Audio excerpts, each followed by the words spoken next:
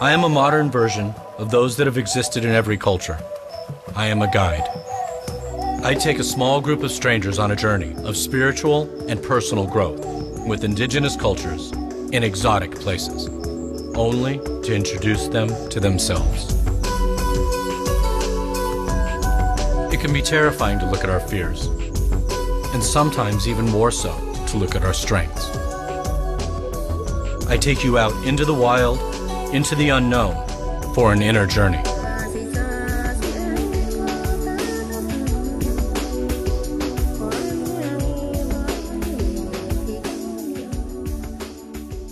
Hi, this is Inner Journey, and I'm your host, Greg Friedman. We have a very special evening because this is the first show that we have that is 2 hours versus just 1 hour. So all of you guys that are ready to tune out at 9 o'clock, you're stuck with me for another hour. We talk about sex, relationships, dream interpretation, or personal growth. I help by taking the wisdom of indigenous cultures and making it work for you here and now. I'm a modern version of that which has existed in every culture. A guide, a mentor, a life coach. I've studied and done ceremony with Peruvian shaman, Aborigine elders, and elders from various Native American tribes, including the Yaqui and the Abenaki. The success of this show relies completely on you, the listener. So you guys have these questions. Why would you call in? Why would you listen to anything I said when you do call in? Well, all I ask is that you muster up the courage to ask. Check out what I have to say, try it on for size, and if it fits, groovy, and if it doesn't, throw it back up on the shelf. My guest tonight on Inner Journey is a dominatrix. Her name is Domme Eva. And Eva, excuse me. A lot of you have asked, why on a show like mine, like Inner Journey, why would I have a dominatrix as a guest? The show is designed to introduce you to healers of all different modalities and answer questions that you may have about anything, sex, relationships, personal growth. Well, having a dominatrix on Inner Journey is certainly an opportunity. Opportunity is a big word here, to explore the psycho-spiritual expressions of sensuality and sexuality. We're gonna delve into the motivation behind the drives for domination, behind the drives for submission. We're gonna find out what would motivate somebody to be dominated or to dominate, and if there's any growth or evolution that's available, because ultimately the submission and domination interaction is a ritual. Yes, I said domination and submission is absolutely a ritual. And as with any ritual, what we get out of it is greatly determined by the intention that we go in with. What do you want as a result of having gone through the ritual?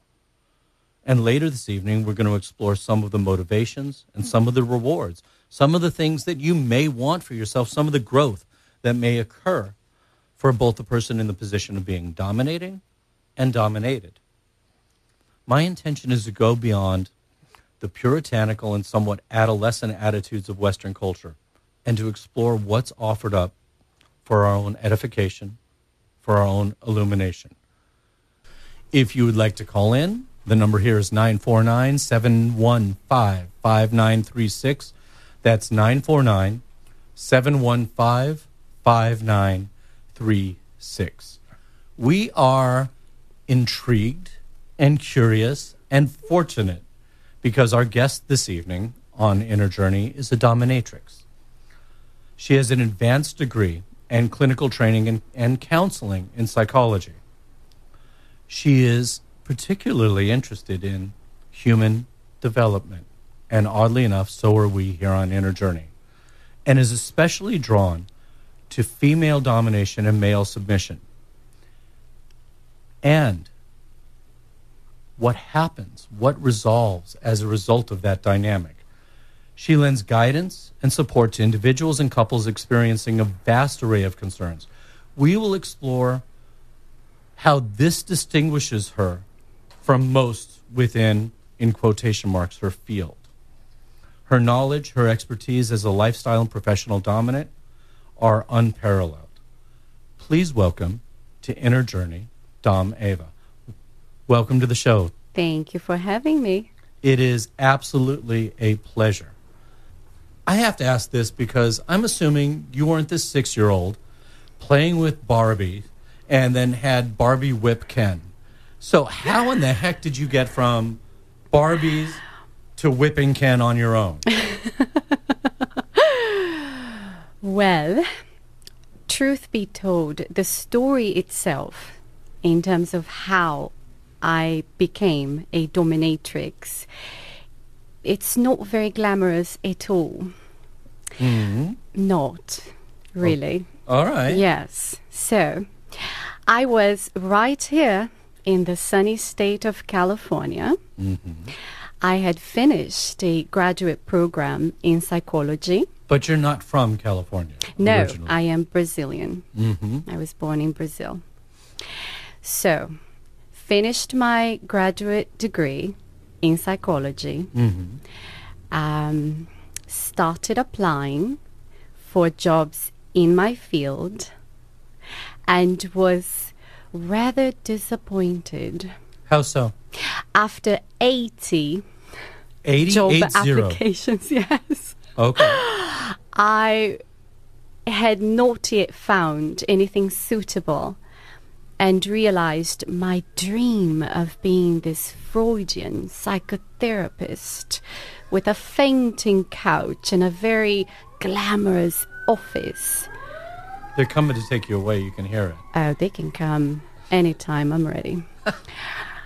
This dream of mine would never become.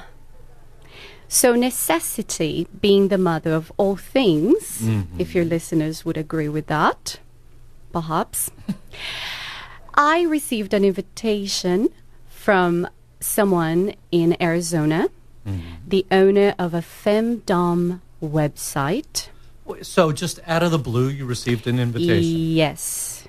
And this is why he had a lady with a background in psychology who was working on his website as an advisor, as an expert of sorts on femdom matters. And she suddenly quit. So there was a window of opportunity for another woman, a dominant woman, with a background in psychology to step in. And that woman, Greg, well, you're looking at her. So I came. I went. So, Free, explain how, if you're dealing with a submissive, how are they generally imprisoned in the first place, and what does this relationship and ritual do to, liberate them? It is my experience that the submissive is kept captive by his desire to submit. Because as a man, you're not supposed to, are you? Not in this society, right? In this society, you are to lead. You are to make the decisions. You are to provide. You are to know. You must be strong. You can't cry. And you provide a container for them to be weak, to cry, to be led instead of be in charge, is what I'm hearing you say. Absolutely. Before we go on, if it's all right with you, we have a bunch of callers, and we'll take our first one. We have Michelle calling in from East L.A. Michelle, welcome to Inner Journey with Greg Friedman. How are you this evening? Hi, I'm doing good. Thank you for taking my call. You are quite well. Thank you. And my question is, I tend to be very shy and very modest. I'm a very, very modest woman. But it gets confused as not being confident enough for the men that I've been in relationships with. So how can I be more or convey or be more confident in my relationship? Are you asking Eva or are you asking No, myself? I'm asking Eva. Please. That's an excellent question, Michelle. It is indeed the case that women who are shy are deemed submissive, and that may or may not be the case. Did I hear you correctly? Did you say that you are confident? I am confident. I'm just very modest and very, shy about it. But I know what I want. I know what I don't want. Mm-hmm. How do you express your confidence, since you are shy? I'm very, extremely nice and polite. And often people mistake that niceness and politeness for weakness. Is that what you're saying? Yes, that's what I keep hearing that, you need to be more confident. But my question, Michelle, was how do you express your confidence? And your answer was that you're nice. So do you equate niceness with confidence? Well, I guess. All right. So if you were to say, all right, here's one particular way that I exhibit extreme, and I'm going to go to the extreme on purpose just for points of illustration. Extreme confidence. What would be one example of you exhibiting extreme confidence? I don't know. I'm not sure. I don't. Especially when it comes with men, I'm not really sure what it is that they want from me as far as how to show them confidence, like to be confident. I don't know what they. It's not about what they want from you. How do you decide that you choose to be in this world? That's an expression of power. That's an expression of confidence. Not adapting to whatever they think that should be confident looking. What is confidence to you? When you see it in somebody else, how would you know when you look at somebody else they're confident? What qualities do you see in them? Oh, they're happy, they're loud, they're just confident. They're free to express how they feel and their opinions. Eva is sitting there shaking her head no. Primarily when you said they're loud. Loudness is not necessarily, actually, often is not confidence. It's usually overcompensation for a lack of feeling confident and insecurity. Wait there, Greg. I'm quite loud. You are not at all loud, my dear. I can be loud. You haven't seen me being loud yet. But Michelle, confidence to me, it's the ability to believe in yourself. And you can believe in yourself and speak as softly as you would like. But there's something about that way of talking, the energy you place in each word, because you believe in the words themselves, because you believe in yourself. That is confidence. You can have that and be shy. So when you relate to a man, when you tell a man whatever it is that you wish, if you believe in your expression, that's confidence. Can you see that? Yes, of course. Yes. So, I would go even a step further. I'm very picky about specific words, and I don't mean to contradict you. It's not about a belief. It's about a recognition, a realization, a knowing. Because all you have to do, once you know who you are, is be who you are. Right. And I don't know any other way not to be anywhere. And then, so whatever anybody else says, whether they're saying you're not confident or whatever they may say about you, that's their stuff. Let them have it. If you're truly confident, you don't need to wear that coat just because they throw it onto you. Right, and I don't accept to wear that coat. I refuse it. I'm right on refusing it to believe that I'm not confident. So, okay, sounds good. Thank you so much. Yes. Thank you very much. Our pleasure. Absolutely. Yes. Thank you very much for calling in. Okay. So, and when somebody wants to hear that for themselves, get a hold of you, how would they do that one more time? My website, dommeeva.com, is the best way to learn about my work and to contact me. And that's spelled DOMMEEVA.com. Is that correct? Absolutely, yes. Once again, thank you very much. You. Thank you for joining Inner Journey. Thank you, Greg. It's been amazing. Thank you. If you've got more questions and I haven't been able to get to you, please feel free to email me at greg@gregfriedman.com. Also, please check out and like my Facebook page. That's Inner Journey with Greg Friedman.